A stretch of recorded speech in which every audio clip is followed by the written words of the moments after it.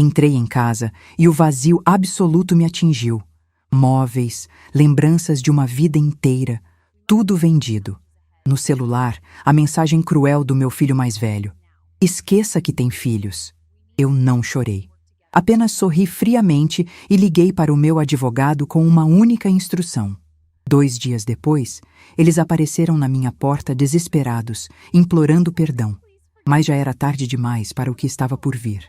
Abri a porta de casa e o silêncio me engoliu como um buraco negro. Não o silêncio normal de uma casa vazia depois de um final de semana fora. Era o silêncio da ausência absoluta. O tipo de silêncio que dói nos ouvidos, que pesa no peito, que faz o coração acelerar mesmo antes do cérebro entender o motivo. Meus passos ecoavam no piso de taco que meu pai havia colocado com as próprias mãos em 1978. Cada tábua pregada com amor e suor depois de um dia inteiro trabalhando na construção civil. Eco. Pela primeira vez em 68 anos de vida, meus passos ecoavam dentro da minha própria casa. Larguei a mala de viagem no hall de entrada. Meu corpo inteiro estava tenso, cada músculo contraído como se pressentisse o perigo antes mesmo de vê-lo. Caminhei até a sala de estar e senti minhas pernas bambearem. A sala estava completamente vazia. Não apenas arrumada ou limpa, vazia, oca, violada.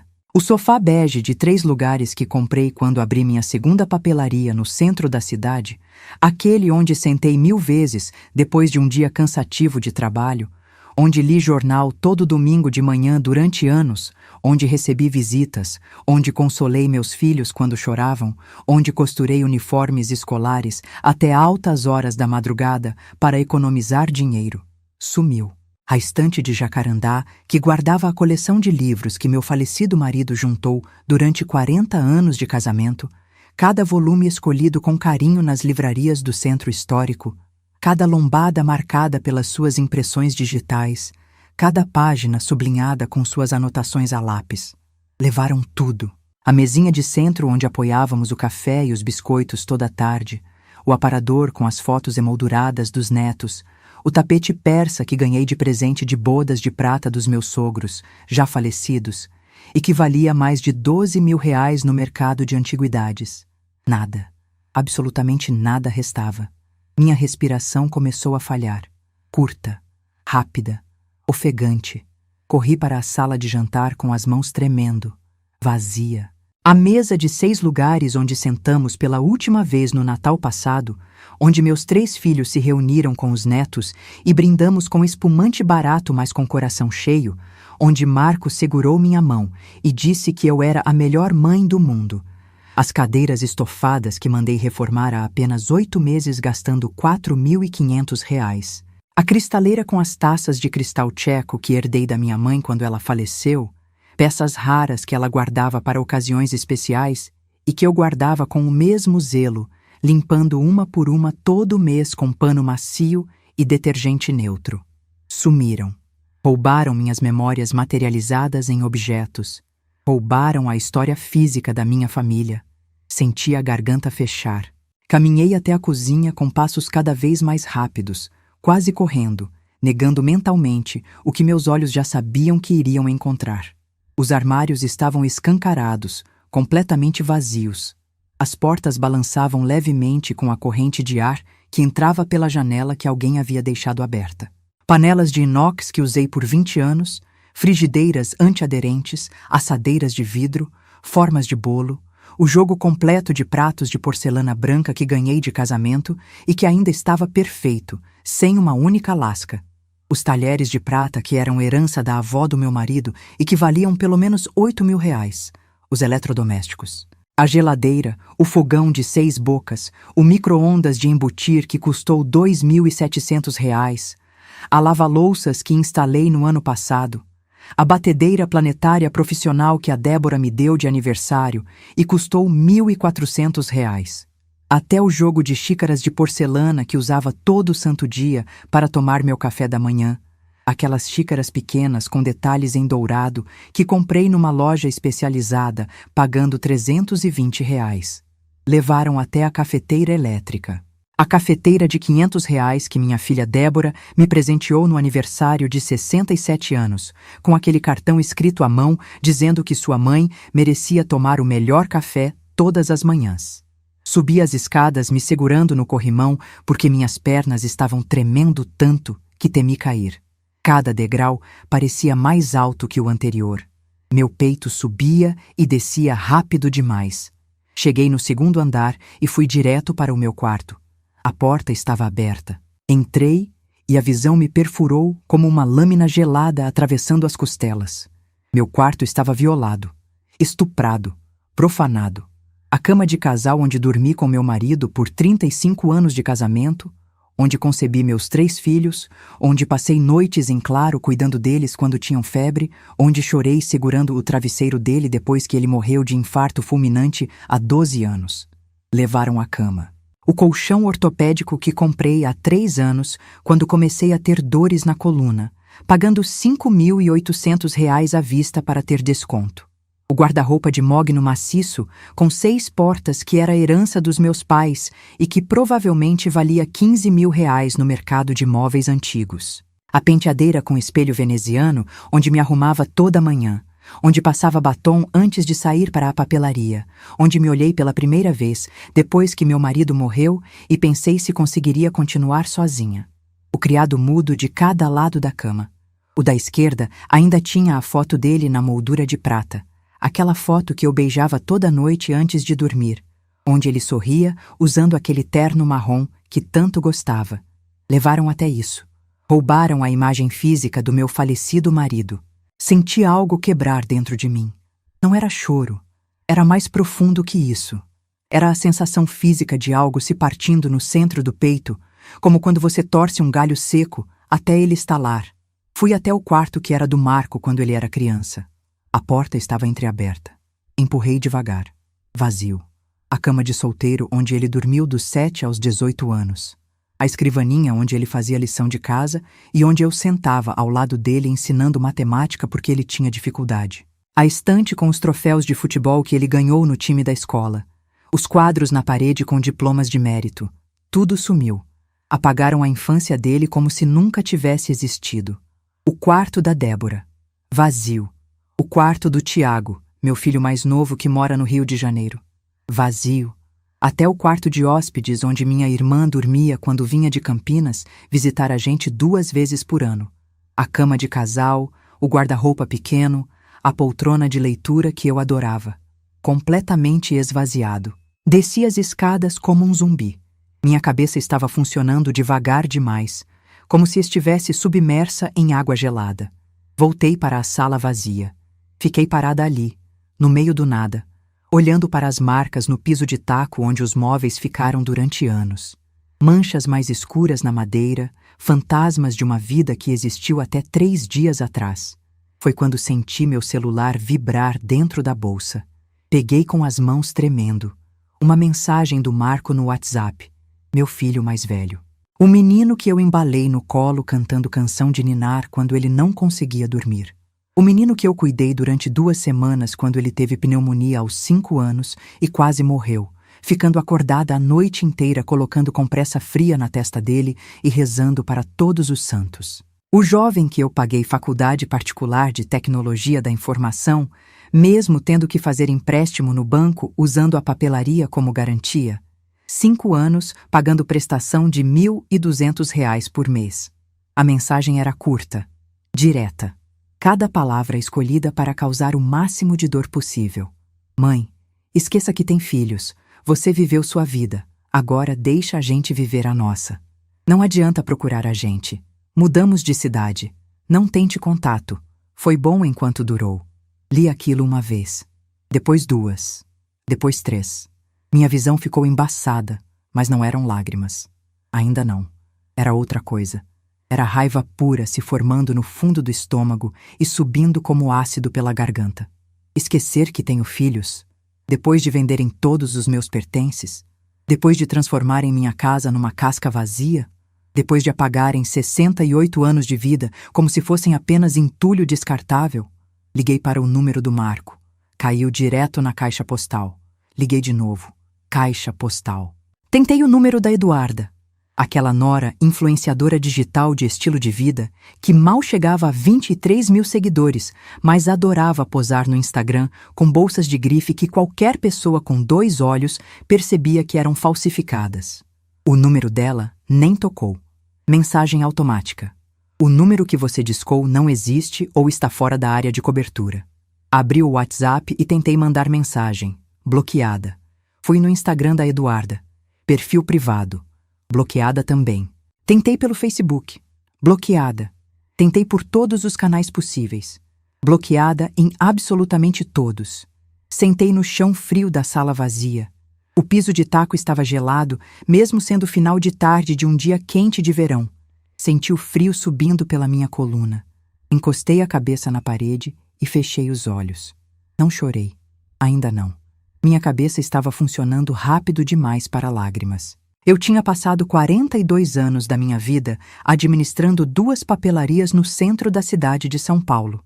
42 anos lidando com fornecedores que tentavam me passar a perna cobrando preços abusivos, com funcionários que roubavam material do estoque e achavam que eu não percebia, com concorrência desleal de grandes redes que vendiam abaixo do preço de custo só para quebrar os pequenos comerciantes. Eu sabia reconhecer golpe quando via um. Eu tinha cheiro para trapaça. E aquilo era um golpe familiar, o pior tipo de todos. Peguei meu celular de novo, abri a agenda de contatos, rolei até a letra M, parei no nome, Doutora Manuela Cortez, minha advogada há 25 anos, a mulher que cuidou de toda a papelada quando abri a segunda loja, a mesma que organizou o inventário quando meu marido morreu, fazendo questão de deixar tudo documentado direitinho para eu não ter problema com nenhum herdeiro no futuro. A mesma que me aconselhou, há exatos 3 anos atrás, a fazer um documento muito específico quando percebi que o Marco estava mudando, ficando mais frio, mais calculista, fazendo perguntas estranhas sobre herança, sobre valor do imóvel, sobre quem ia ficar com o quê quando eu morresse. Disquei o número dela. 2 toques e ela atendeu com aquela voz firme e profissional de sempre. Alô, Francisca? Doutora Manuela, é a Francisca Mota.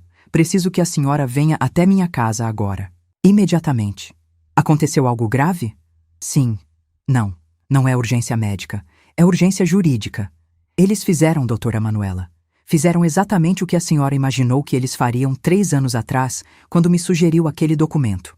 Estou mandando minha localização pelo WhatsApp agora. Ouvi o silêncio do outro lado da linha. Um silêncio profissional. O silêncio de uma advogada experiente que acabou de entender a gravidade da situação sem precisar de explicações detalhadas. Não mexa em nada. Não limpe, não arrume, não toque em absolutamente nada. Vou fotografar tudo como está. Chego aí em 1 hora no máximo. Desliguei e encostei a cabeça na parede vazia e fria. Fechei os olhos. E pela primeira vez em 3 horas, desde que abri a porta e encontrei o vazio, eu sorri. Um sorriso fino, gelado, completamente diferente dos sorrisos largos e amorosos que eu dava quando o Marco era criança e vinha correndo me mostrar uma nota boa da escola. Porque eu lembrei de algo muito importante. Algo que o Marco, na ganância cega e desesperada dele, havia esquecido completamente.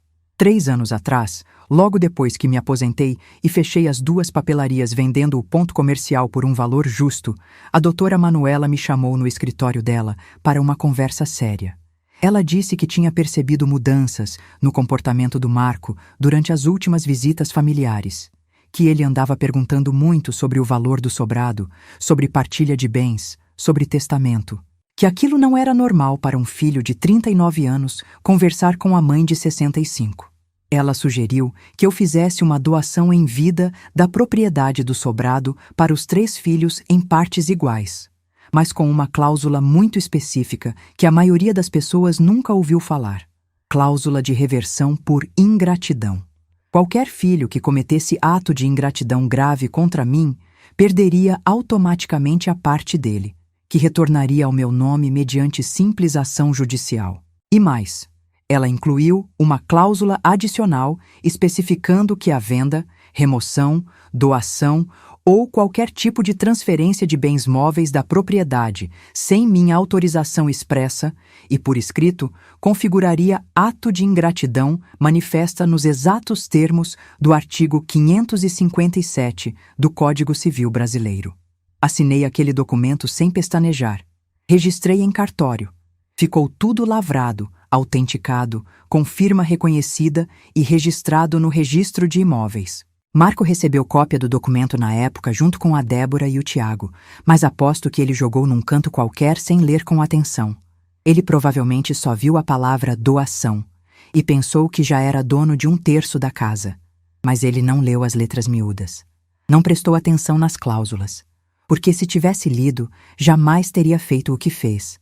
Marco não sabia que tinha acabado de cometer suicídio patrimonial.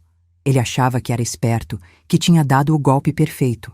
Vender todo o recheio da casa, enquanto eu visitava minha irmã em Campinas durante um final de semana prolongado, embolsar o dinheiro, sumir para outra cidade com a Eduarda e me deixar literalmente sem nada, sem um prato para comer, sem uma panela para cozinhar, sem uma cama para dormir.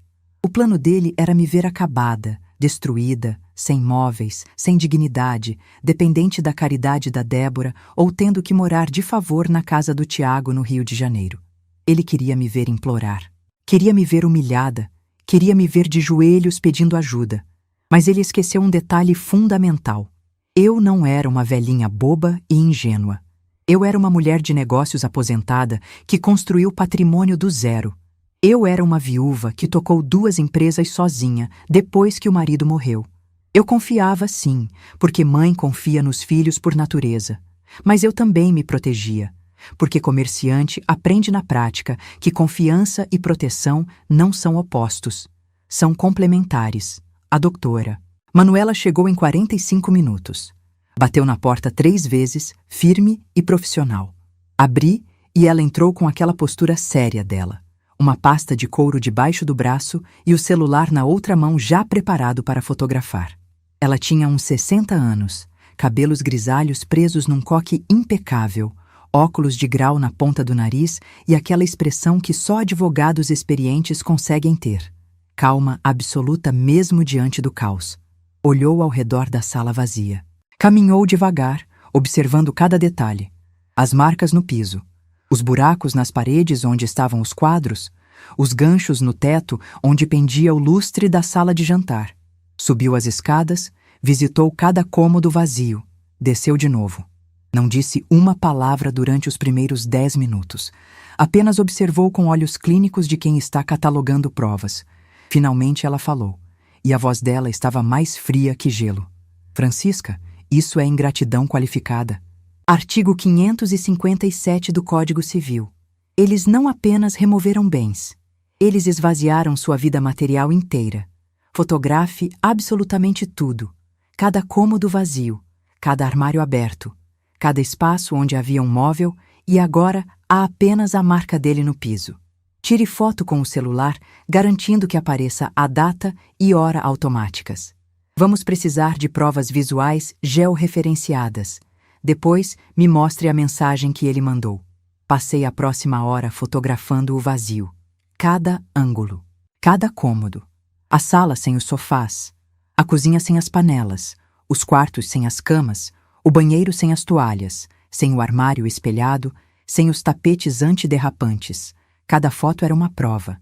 Cada imagem vazia era uma munição que eu estava carregando para usar no momento exato. Mostrei a mensagem do Marco para a doutora Manuela. Ela pegou meu celular, leu uma vez, leu de novo, deu um zoom na tela para ver melhor cada palavra e pela primeira vez em 25 anos de parceria profissional, eu vi ela sorrir. Não era um sorriso alegre. Era o sorriso técnico de um cirurgião que acabou de encontrar o tumor exatamente onde o exame indicava que estaria. Francisca, ele confessou por escrito e de forma inequívoca. Esqueça que tem filhos é declaração explícita de rompimento deliberado e voluntário de vínculo familiar. No contexto da remoção não autorizada de bens, isso configura ingratidão qualificada agravada.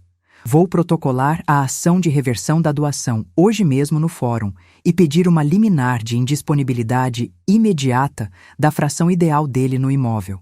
Enquanto o juiz não decidir o mérito final do processo, Marco não vai poder vender, transferir, hipotecar, dar em garantia ou fazer absolutamente nada com a parte dele. Ele vai acordar amanhã com 1/3 do patrimônio dele completamente congelado. Perguntei quanto tempo levaria para a reversão definitiva. Ela ajustou os óculos e respondeu com aquela franqueza que sempre admirei nela. A liminar pode sair em 2 ou 3 dias úteis, se o juiz estiver trabalhando nessa vara. O processo completo até a sentença final vai levar de 6 a 8 meses. Pode se preparar para uma maratona, Francisca. Não é corrida de 100 metros. Mas a boa notícia é que cada dia que passa sem ele contestar formalmente fortalece nosso caso. E se ele não contestar nada? Se ficar em silêncio? A doutora Manuela sorriu de novo. Aquele sorriso técnico e gelado. Melhor ainda, revelia significa que todos os fatos que eu alegar na petição inicial serão presumidos verdadeiros pelo juiz. Sem defesa, sem contestação, ele não vai conseguir questionar absolutamente nada do que eu afirmar no processo. O caminho jurídico fica muito, muito mais curto e direto. Naquela noite, depois que a doutora Manuela foi embora levando todas as fotos salvas num pendrive e cópias impressas da mensagem do Marco, autenticadas em cartório, eu dormi no chão do meu quarto vazio. Não porque eu não tinha opção. Eu poderia perfeitamente ter ido para um hotel confortável. Poderia ter ligado para a Débora e dormido na casa dela. Poderia ter voltado para Campinas e ficado mais uns dias na casa da minha irmã. Mas eu quis dormir ali, no piso frio de taco, sem colchão, sem travesseiro, apenas eu e o vazio. Porque eu precisava sentir na pele e nos ossos o que o Marco tinha me feito. Precisava gravar aquilo na memória do corpo.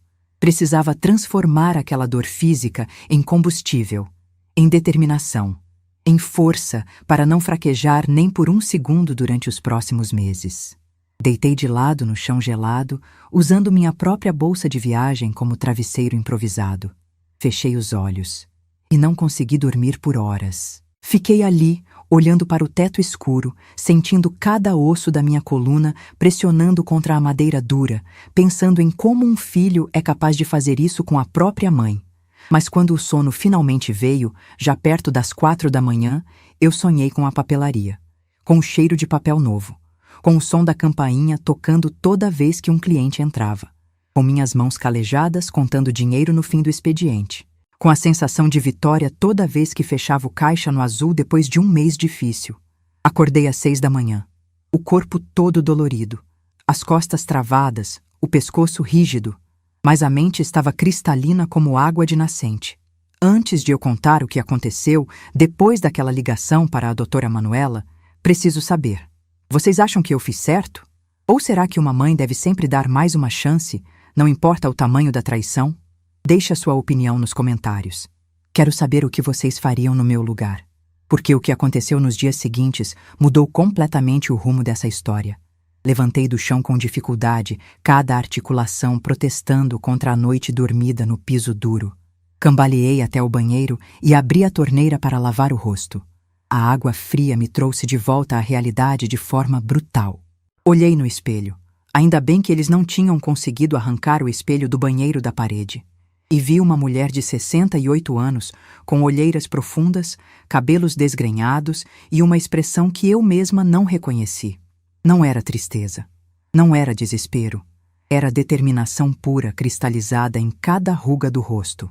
Tomei banho no chuveiro que felizmente ainda estava lá, parafusado na parede. Nem o Marco tinha tido coragem de arrancar os registros hidráulicos. Vesti a única troca de roupa que tinha na mala de viagem, uma calça jeans confortável e uma blusa de algodão simples, e saí de casa às 7h15 da manhã com um objetivo claro na cabeça. Fui direto para a loja de departamentos que abria às 8. Esperei na porta junto com funcionários e outros clientes madrugadores. Quando abriram, entrei e fui direto para a seção de cama, mesa e banho.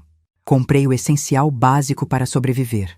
Um colchão inflável de solteiro que custou R$ 290, um jogo de lençol simples, 2 travesseiros, 2 toalhas de banho, um jogo básico de talheres, 2 pratos, 2 canecas, uma panela pequena, uma frigideira.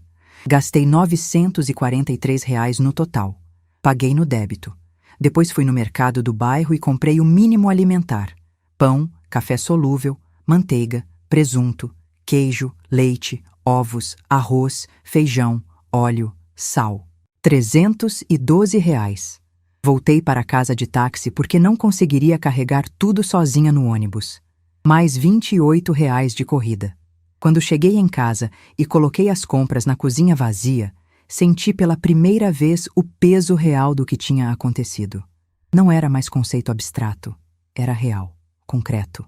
Eu ia ter que reconstruir minha vida material do zero aos 68 anos de idade. Inflei o colchão usando a bombinha manual que vinha junto. Levei 15 minutos e fiquei ofegante. Coloquei na sala mesmo, perto da janela, porque não queria dormir no quarto vazio onde passei 35 anos com meu marido. Arrumei os lençóis, fiz a cama improvisada, sentei na beirada daquele colchão inflável vagabundo e, finalmente, depois de quase 24 horas segurando, comecei a chorar. Não foi choro delicado, foi soluço violento.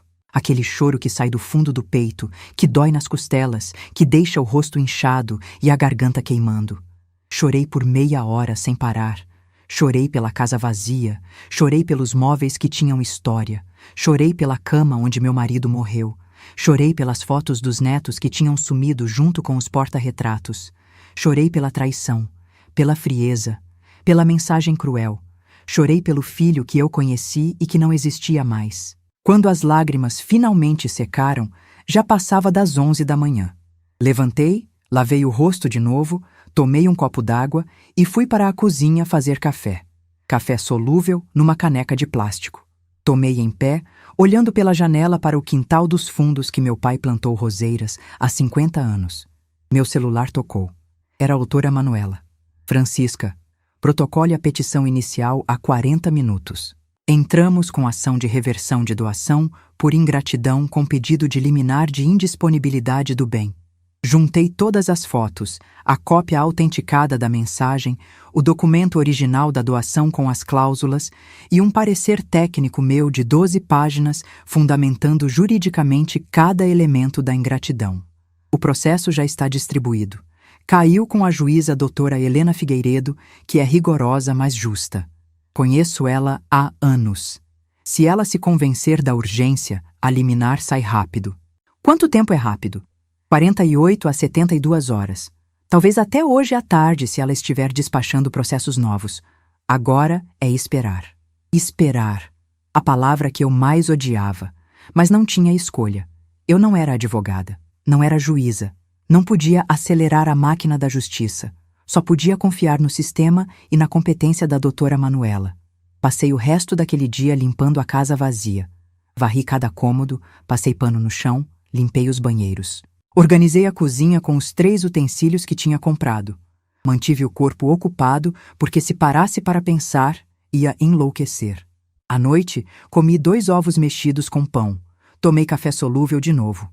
Deitei no colchão inflável às 9 da noite e dormi por exaustão pura. No segundo dia, acordei às 6h15. O colchão tinha murchado um pouco durante a noite. Enchi de novo. Tomei café com pão e manteiga. Fiquei sentada na beira daquele colchão, olhando para as paredes vazias. Foi quando percebi algo que mudou tudo. O silêncio. Não o silêncio ruim da casa vazia, mas o silêncio bom da ausência de cobrança. Não tinha ninguém me pedindo dinheiro emprestado. Não tinha nora reclamando que eu cozinhava comida velha. Não tinha filho sugerindo que eu vendesse a casa e fosse morar num apartamento menor, mais adequado para minha idade. Não tinha ninguém me tratando como peso morto. Eu estava sozinha, mas pela primeira vez em anos, eu estava em paz. Levantei do colchão com uma sensação estranha no peito. Não era felicidade, ainda não, mas era o começo de algo parecido. Era alívio. Eu tinha perdido os móveis, mas tinha ganhado silêncio. Tinha perdido o filho, mas tinha ganhado dignidade. Naquele momento, decidi algo fundamental. Eu não ia me vitimizar. Não ia ficar chorando pelo que perdi. Não ia me afundar em depressão. Eu ia me reconstruir, tijolo por tijolo, peça por peça, mesmo que levasse meses. Mesmo que custasse cada centavo da minha aposentadoria. Liguei para a Débora. Mãe, eu tava louca para ligar, mas fiquei com medo de você não querer falar comigo também. Mãe, o que aconteceu? O Marco me ligou ontem à noite chorando, dizendo que você processou ele, que vai tomar a parte dele da casa, que tá tudo perdido. Contei tudo para ela. A casa vazia.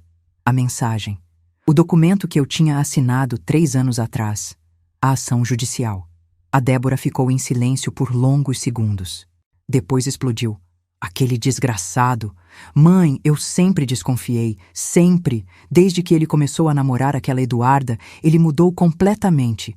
Ficou ganancioso, frio, calculista. E aquela influenciadora fajuta com as bolsas falsas, mãe, eu sempre soube que ela era interesseira. Mãe, não ceda. Pelo amor de Deus, não perdoe. Ele precisa pagar pelo que fez. Não vou perdoar, Débora. Podem ter certeza disso. Mãe, você precisa de alguma coisa? Quer vir morar aqui comigo uns tempos? Não. Vou ficar aqui.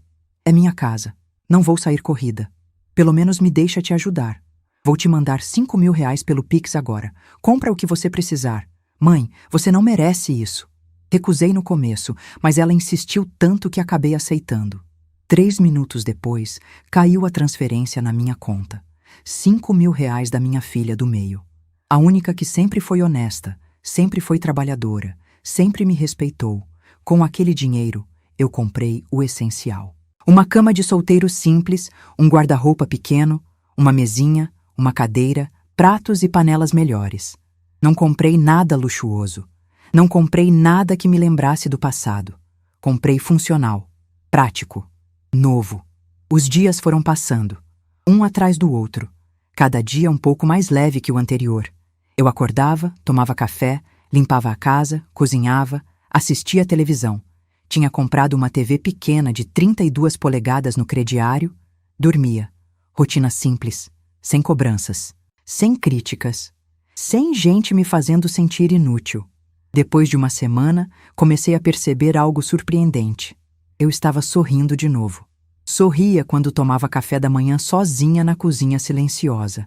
Sorria quando escolhia o que ia cozinhar no almoço sem ter que agradar gosto de ninguém. Sorria quando assistia meus programas de TV sem ter que disputar controle remoto. Sorria quando ia dormir sem ter que ouvir ronco de ninguém. Sem ter que ceder espaço na cama, sem ter que servir ninguém. Eu tinha passado 40 anos casada sendo esposa dedicada. 12 anos de viuvez sendo mãe disponível para filhos adultos. E agora, pela primeira vez, eu era apenas eu, Francisca, sem sobrenome, sem função, sem papel social a cumprir. E era libertador. No 10º dia após a casa ser esvaziada, o seu Osvaldo bateu na minha porta. Meu vizinho aposentado do Banco do Brasil, que morava na casa ao lado há 30 anos. Ele tinha uns 72 anos, sempre muito educado, viúvo há 5 anos. Dona Francisca, vim trazer esse bolo que fiz ontem. Ficou grandão demais para mim sozinho. Aceitei o bolo simples de fubá com goiabada no meio, e convidei ele para entrar tomar um café. Conversamos por quase 2 horas. Ele contou da esposa que morreu de câncer. Eu contei do marido que morreu de infarto. Ele contou dos filhos que moravam longe e nunca visitavam. Eu contei do filho que me roubou. Quando ele foi embora, percebi que tinha passado 2 horas sem pensar no processo judicial, sem pensar no Marco, sem pensar na traição, apenas conversando sobre vida, sobre banalidades, sobre receitas de bolo, e aquilo foi terapêutico de um jeito que nem terapia profissional seria. Comecei a estabelecer rotina própria. Acordava às 7, tomava café com calma, assistia jornal, fazia caminhada de meia hora no quarteirão, voltava, cozinhava, almoçava, tirava soneca curta, lia revista, via televisão, jantava leve, dormia cedo. Vida simples, vida tranquila, vida sem sobressaltos. Mas no 12º dia, a paz foi interrompida. Eu estava na cozinha preparando almoço quando ouvi barulho na rua. Vozes alteradas. Olhei pela janela e vi um carro parado na frente de casa. Um carro que eu reconheci imediatamente. O Civic prata do Marco. Meu coração disparou. Não de medo, de raiva. Ele desceu do carro junto com a Eduarda. Os dois pareciam ter envelhecido 10 anos em menos de 2 semanas. Marco estava com olheiras profundas, barba por fazer, roupa amassada. Eduarda estava sem maquiagem, cabelo preso de qualquer jeito, com aquela aparência de quem não dorme direito há dias. Eles ficaram parados na calçada, olhando para a casa. Marco deu 2 passos em direção ao portão. Eu corri até a porta da frente e tranquei por dentro. Coloquei a corrente de segurança. Fiquei ali, atrás da porta fechada, ouvindo. Ele tocou a campainha. 1 vez, 2, 3, 10 vezes seguidas. Não atendi. Ouvi a voz dele do lado de fora. Mãe, eu sei que a senhora tá aí. Por favor, abre a porta. A gente precisa conversar. Silêncio. Mãe, pelo amor de Deus, isso não pode ficar assim. Continuei em silêncio, encostada na porta trancada, ouvindo cada palavra, mas sem responder absolutamente nada. Ele bateu na porta com força. Mãe, eu sou seu filho. A senhora não pode fazer isso comigo.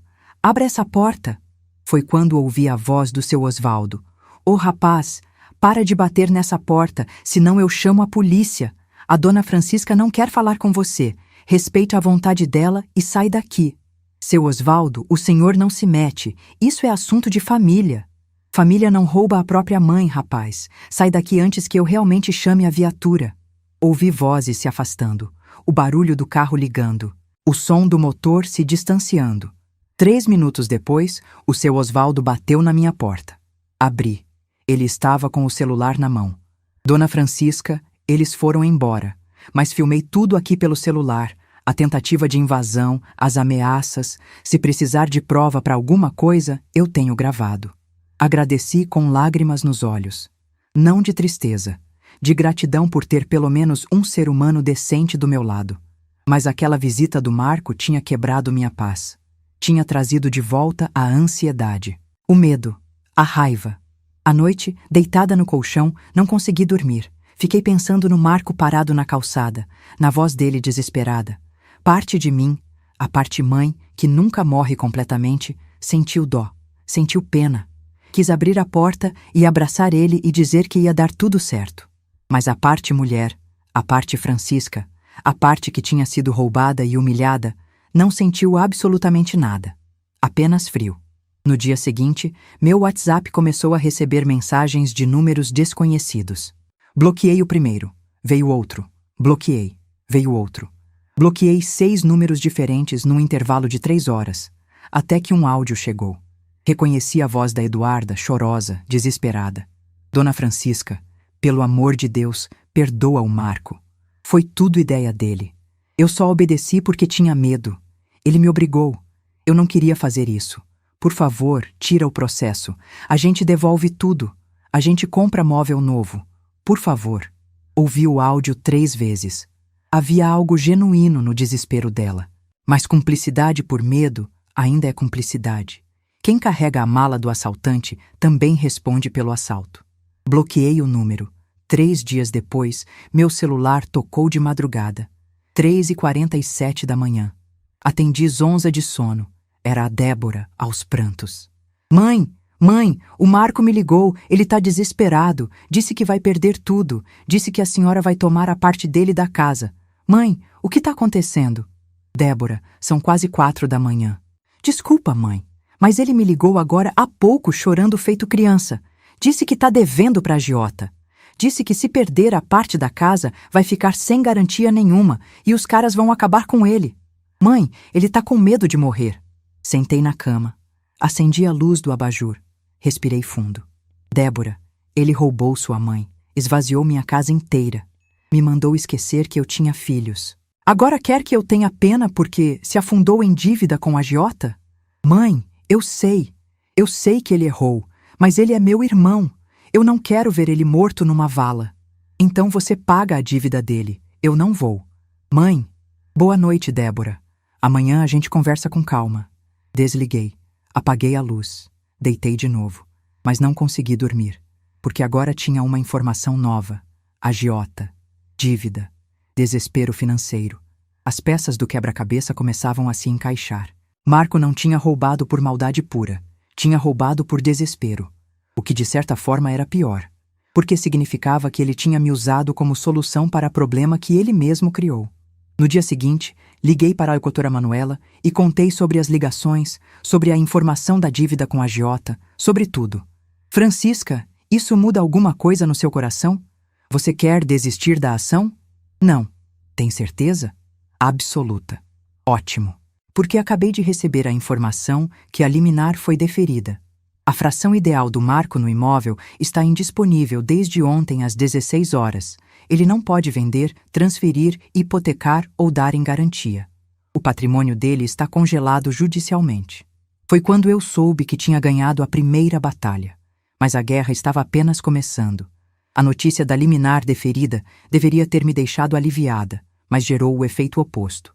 Passei a noite inteira acordada, pensando na informação que a Débora tinha deixado escapar. Agiota. 180 mil reais. Dívida. Desespero. Havia algo muito errado nessa história. Marco trabalhava como consultor de TI freelancer. Segundo ele mesmo me contava nos últimos anos, ganhava entre 12 e 15 mil reais por mês, quando tinha projetos bons. Não era fortuna, mas era renda digna. Como alguém que ganhava isso conseguia se afundar em 180 mil reais de dívida com a agiota? Levantei às 5:30 da manhã, tomei café e fui direto ao computador que tinha comprado na semana anterior. Um notebook simples de 3 mil reais. Abri o Google e comecei a pesquisar. Digitei Esquema Pirâmide Cosméticos Brasil 2023. Apareceram dezenas de notícias. Empresas falsas que prometiam lucro rápido com revenda de produtos importados. Gente que investiu economias inteiras e perdeu tudo. Anotei nomes, empresas, datas, processos judiciais. Gastei 3 horas lendo matérias, depoimentos, decisões judiciais. Às 9 da manhã, liguei para a doutora Manuela. Doutora, preciso investigar a vida financeira do Marco. Preciso saber exatamente em que buraco ele se meteu. Tem como fazer isso legalmente? Tem. Posso contratar um investigador particular que vai levantar movimentações bancárias através de fontes abertas, protestos em cartório, ações judiciais no nome dele, dívidas registradas em órgãos de proteção ao crédito. É legal, é oficial e custa em torno de R$ 3.500. Contrata. 3 dias depois, o investigador me enviou o relatório de 18 páginas. Marco estava financeiramente destruído. Tinha protestos em 4 cartórios diferentes, somando 212 mil reais. 3 ações de cobrança movidas por credores. Nome sujo no Serasa e no SPC. Cheque sem fundo. Tentativas de abertura de conta bancária negadas por restrição cadastral. Mas o pior estava nas páginas finais do relatório.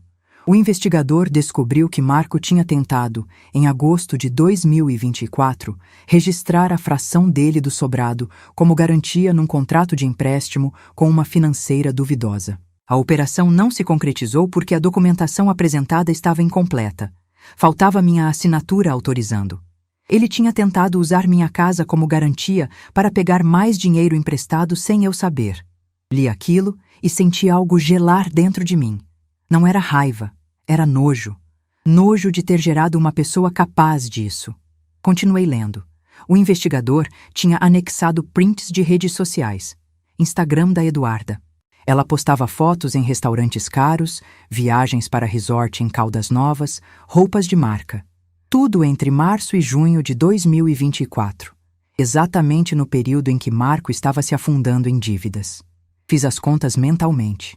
Jantar para 2 em restaurante chique. R$300. Final de semana em resort, R$2.500. Roupas de marca, R$1.000 por peça. Ela postava 3 vezes por semana. Marco estava sustentando um padrão de vida falso para alimentar o Instagram de uma mulher que mal tinha 23 mil seguidores. Liguei para a doutora Manuela e pedi que ela ampliasse a ação judicial. Além da reversão da doação, eu queria reparação de danos materiais. Queria que Marco devolvesse cada móvel que vendeu ou pagasse o valor de mercado de cada um, com correção monetária e juros. Francisca, isso vai deixar o processo mais complexo. Vamos precisar fazer avaliação de cada bem móvel que sumiu da casa. Vai precisar de perito. Não importa, eu quero cada centavo de volta. Passamos os próximos 10 dias catalogando. A doutora Manuela contratou um avaliador especializado em antiguidades e móveis usados. Eu fiz lista detalhada de tudo que tinha sumido da casa.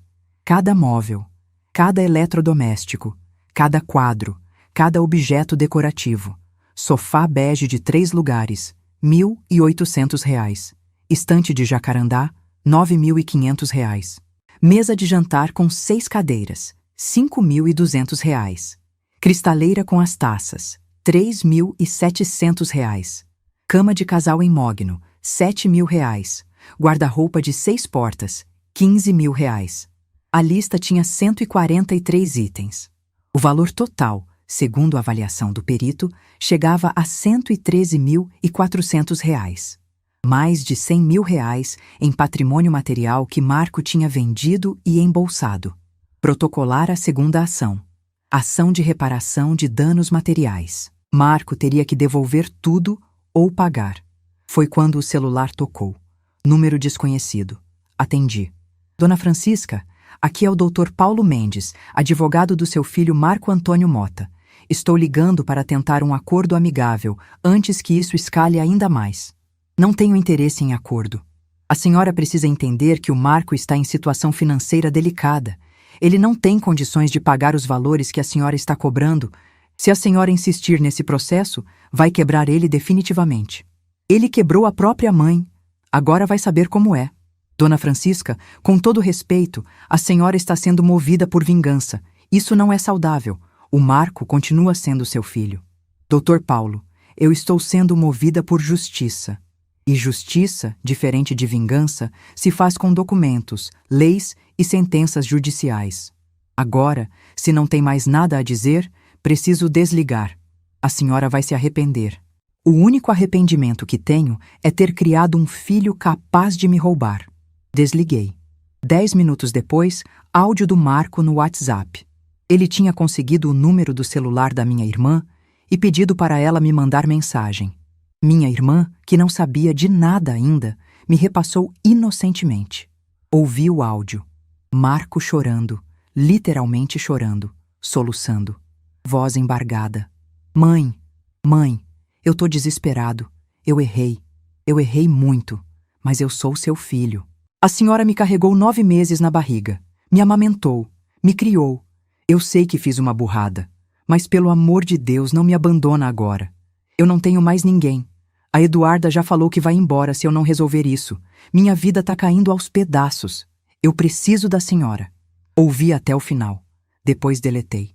Liguei para minha irmã e expliquei tudo. Pedi para ela bloquear o Marco e não repassar mais nenhuma mensagem.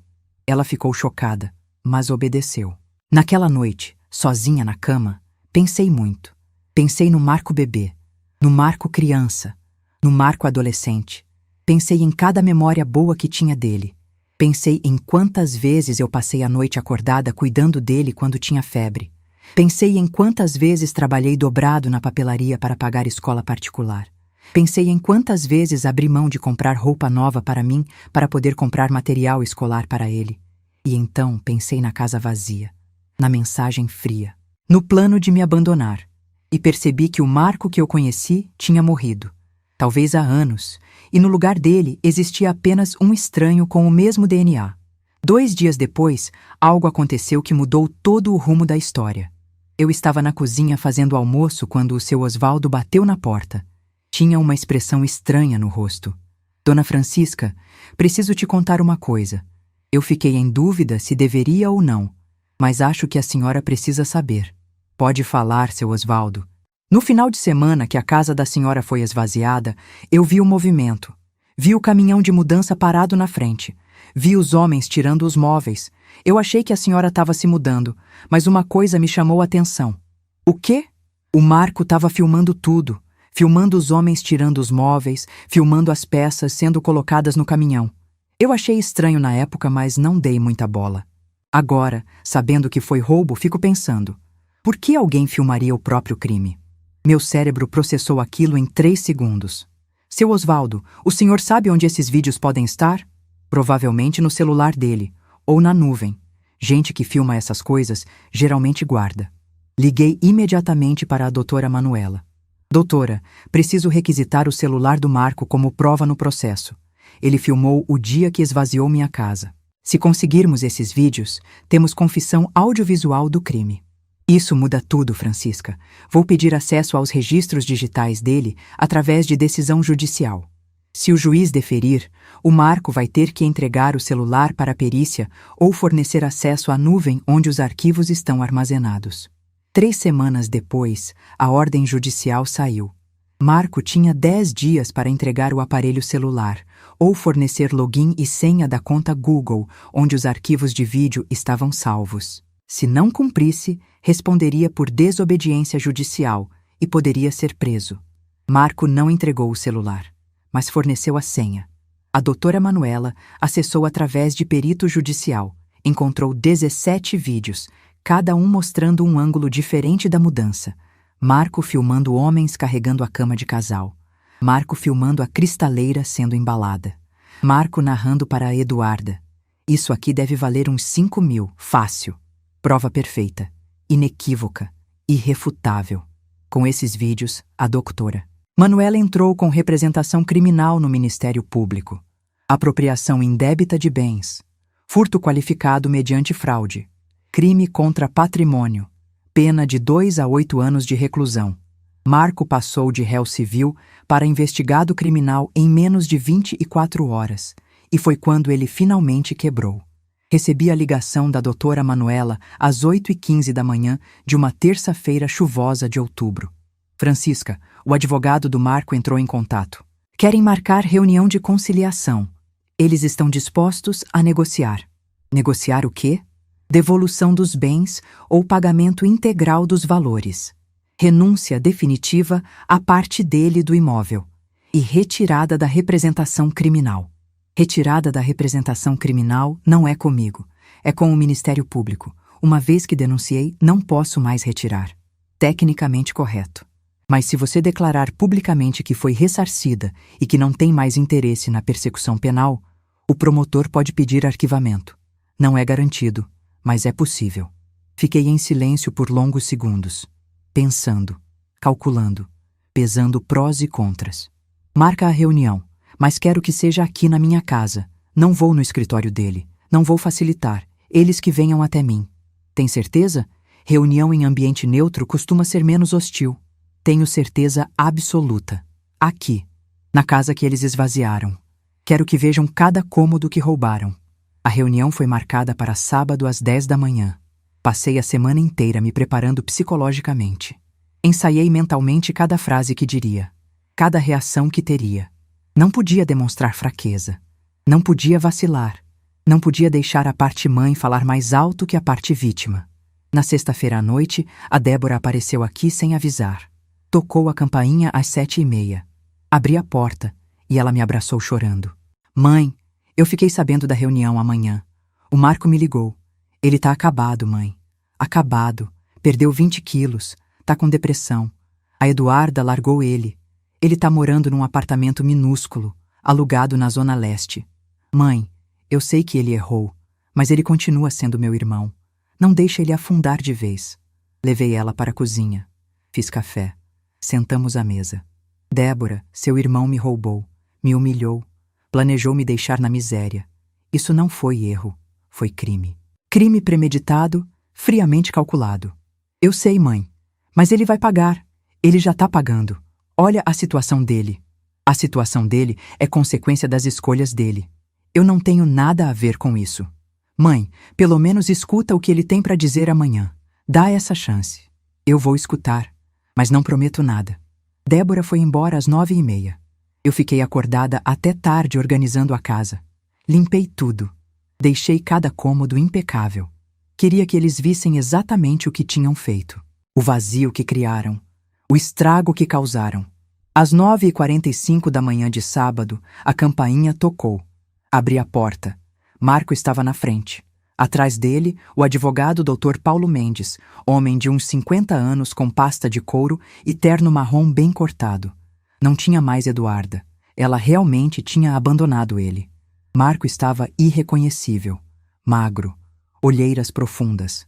Barba mal feita. Roupa amassada.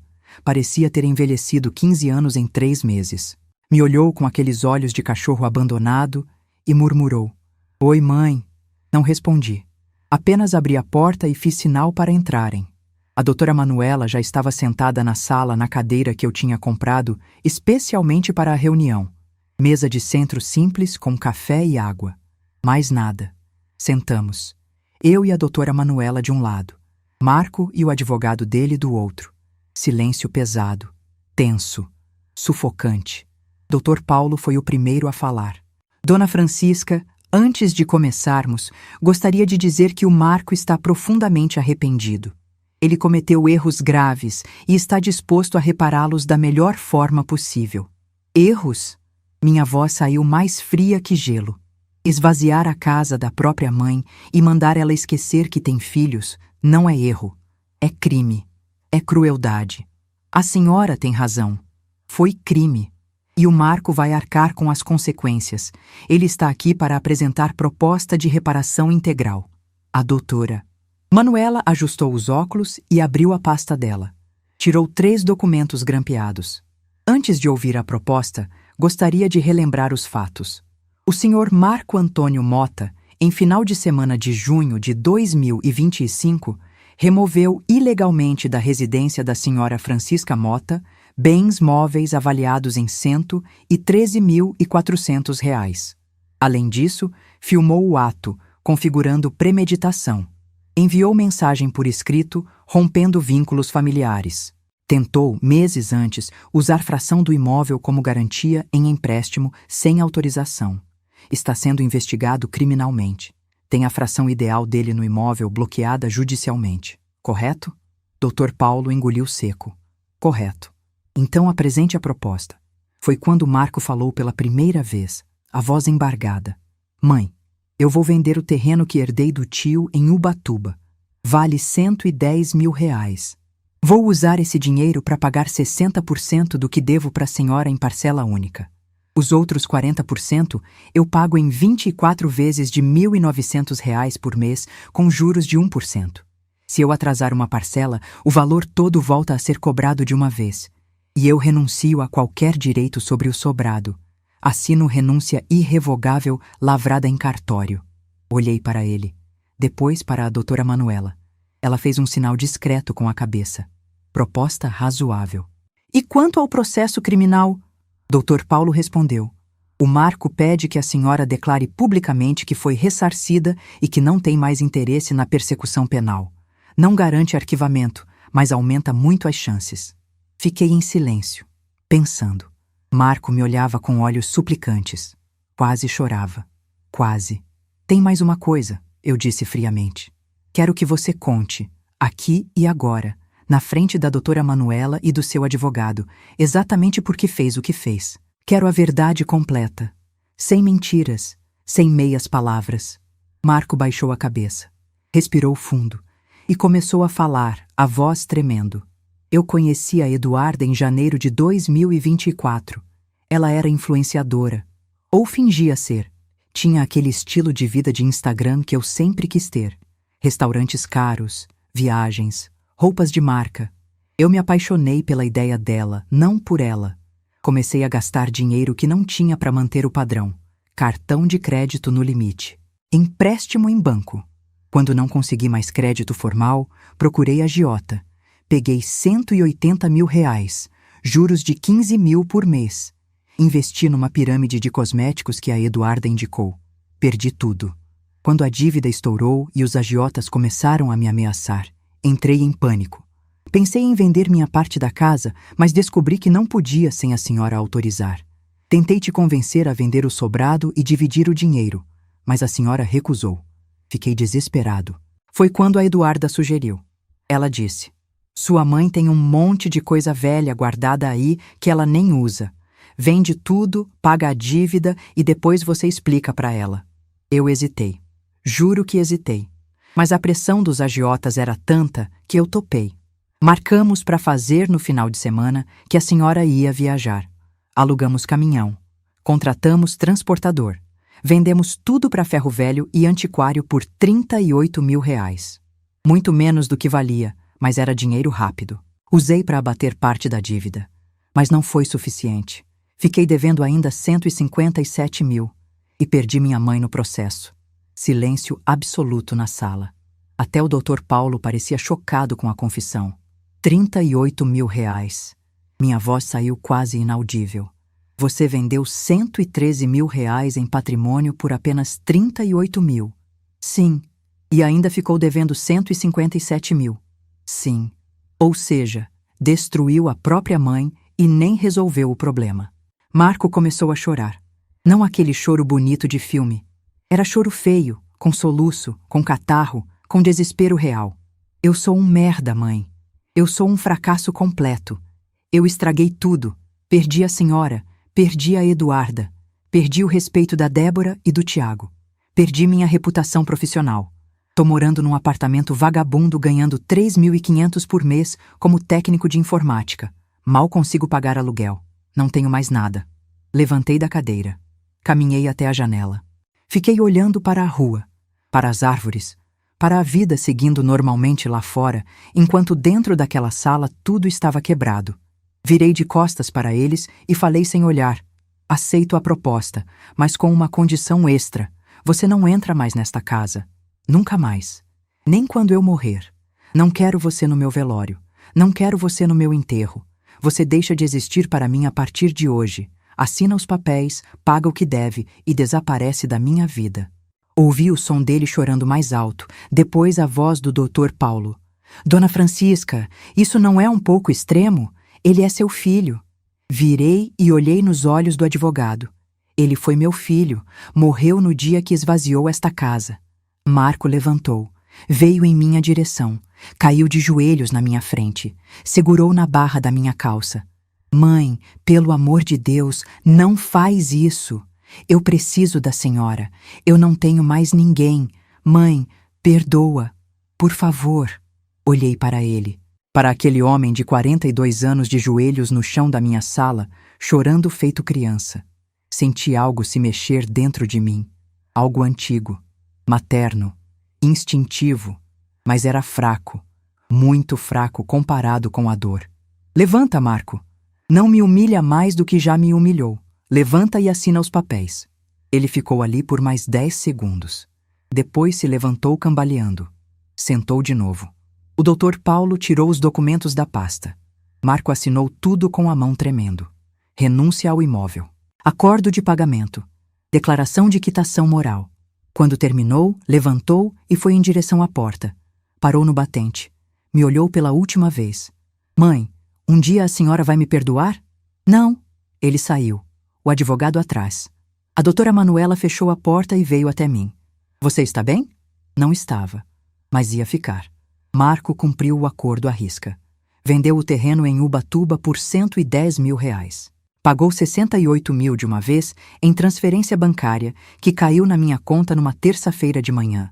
O resto, 45.400 reais, ele dividiu em 24 parcelas de 1.900 reais com juros de 1% ao mês. Todo dia, 5 de cada mês, o dinheiro cai na minha conta. Nunca atrasou. Nem um dia. Com esse dinheiro, eu reconstruí minha vida material do zero. Mas não quis nada que me lembrasse do passado. Nada antigo. Nada nostálgico. Comprei móveis modernos, funcionais, confortáveis. Reformei a cozinha inteira. Troquei os pisos que estavam desgastados. Pintei todas as paredes com cores alegres. Amarelo suave na sala, verde claro nos quartos, azul bebê na cozinha. Coloquei cortinas novas. Comprei eletrodomésticos de última geração. Troquei todas as portas. Instalei ar-condicionado split em 3 cômodos. Transformei aquela casa vazia numa casa viva. Mas uma casa nova. Uma casa que não carregava fantasmas. Gastei 52 mil reais na reforma completa. Ficou linda, moderna, acolhedora. Quando terminaram as obras, convidei a Débora para ver. Ela entrou e chorou, mas eram lágrimas de felicidade. Mãe, tá maravilhosa! Parece casa de revista. Pois é. Levei 68 anos, mas finalmente tenho a casa dos meus sonhos.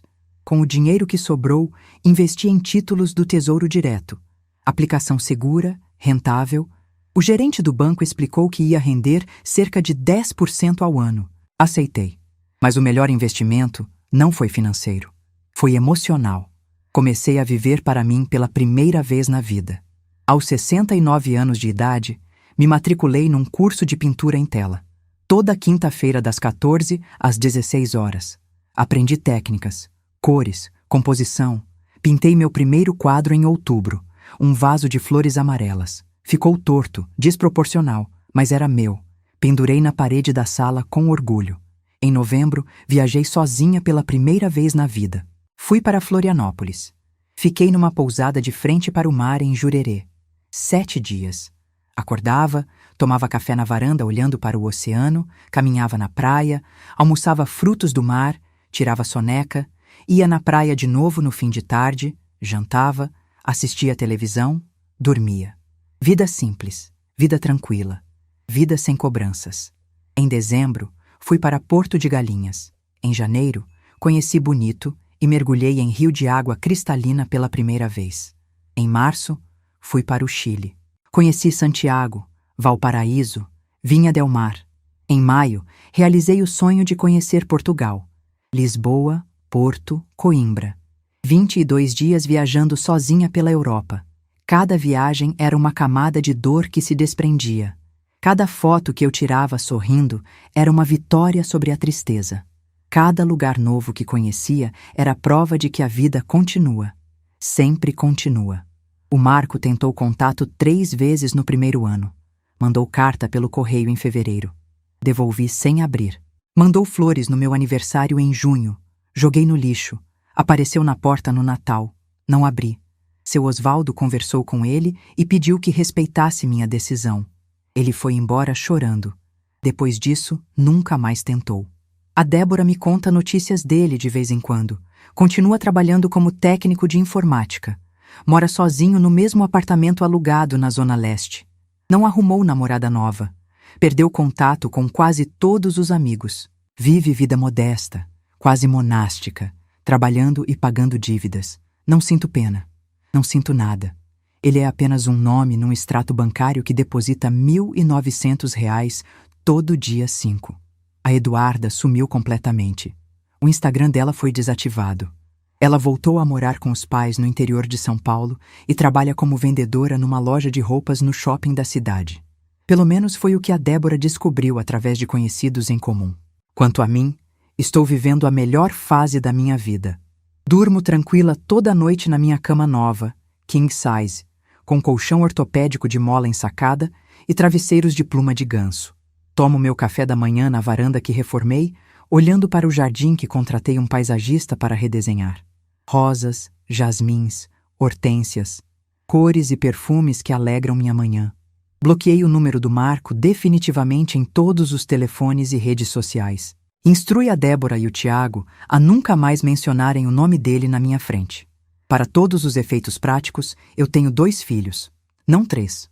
Fiz amizade com as vizinhas da rua. Toda terça à tarde nos reunimos na casa de uma delas para jogar buraco e conversar sobre vida. Elas sabem da história, me apoiam, me respeitam. O seu Osvaldo virou amigo próximo. Às vezes jantamos juntos. Ele cozinha muito bem. Faz aquela comida caseira gostosa de quem aprendeu sozinho depois que enviuvou. Conversamos sobre tudo. Sobre filhos que decepcionam. Sobre velhice. Sobre liberdade. Sobre recomeços. No mês passado, fizemos uma viagem juntos para Campos do Jordão. Nada romântico. Apenas 2 idosos aproveitando a vida sem pressão, sem expectativa, sem drama. Ficamos em chalés separados. Caminhamos pela cidade. Tomamos chocolate quente. Compramos lembrancinhas bobas. Rimos muito. Percebi que não preciso de grande amor aos 69 anos. Preciso de companhia leve. De alguém que não me cobre, que não me explore, que apenas esteja ali porque quer, não porque precisa. A casa hoje é só minha. 66,6% era meu de qualquer forma pela doação original. Os 33,4% que eram do Marco voltaram para mim com a reversão judicial. Agora o sobrado é 83,3% meu, 8,3% da Débora e 8,3% do Tiago. Já deixei tudo registrado em testamento. Quando eu morrer, a Débora e o Tiago herdam meio a meio. Marco não recebe um tijolo. Está escrito, lavrado, registrado. Às vezes, nas madrugadas silenciosas, quando não consigo dormir, penso no menino que o Marco foi. No garoto de 7 anos que tinha medo de dormir sem luz do corredor acesa. No adolescente que me abraçava e dizia que eu era a melhor mãe do mundo. No jovem adulto que chorou no meu ombro quando terminou o primeiro namoro. Mas então, lembro da casa vazia, do eco dos meus passos, da mensagem fria mandando eu esquecer que tinha filhos. E a tristeza vira cinza, vira pó, vira nada. Porque aprendi algo fundamental nesses últimos meses. Perdoar não é obrigatório. Não importa o que dizem na igreja, na terapia, nos livros de autoajuda. Algumas traições são grandes demais. Algumas dores são profundas demais. E está tudo bem em não perdoar. Está tudo bem em virar as costas. Está tudo bem em escolher a própria paz acima do conforto emocional de quem errou. Eu escolhi minha dignidade. Ontem de manhã eu estava na varanda com café quando o paisagista passou na calçada e acenou. O jardim estava florido. As primeiras rosas do pé que plantei em março tinham aberto durante a noite. Olhei para elas por um longo tempo, sem pensar em nada em especial. Era apenas uma manhã bonita de sol, e ela era inteiramente minha. Se você chegou até aqui na minha história, talvez esteja passando por algo parecido. Talvez tenha sido traído por alguém da família. Talvez esteja se perguntando se deve perdoar. Vou te dizer o que aprendi. Você não deve perdão para ninguém. Você só deve dignidade para si mesmo. Não deixe ninguém te convencer de que perdoar é sinal de força. Às vezes, virar as costas é o ato mais corajoso que existe.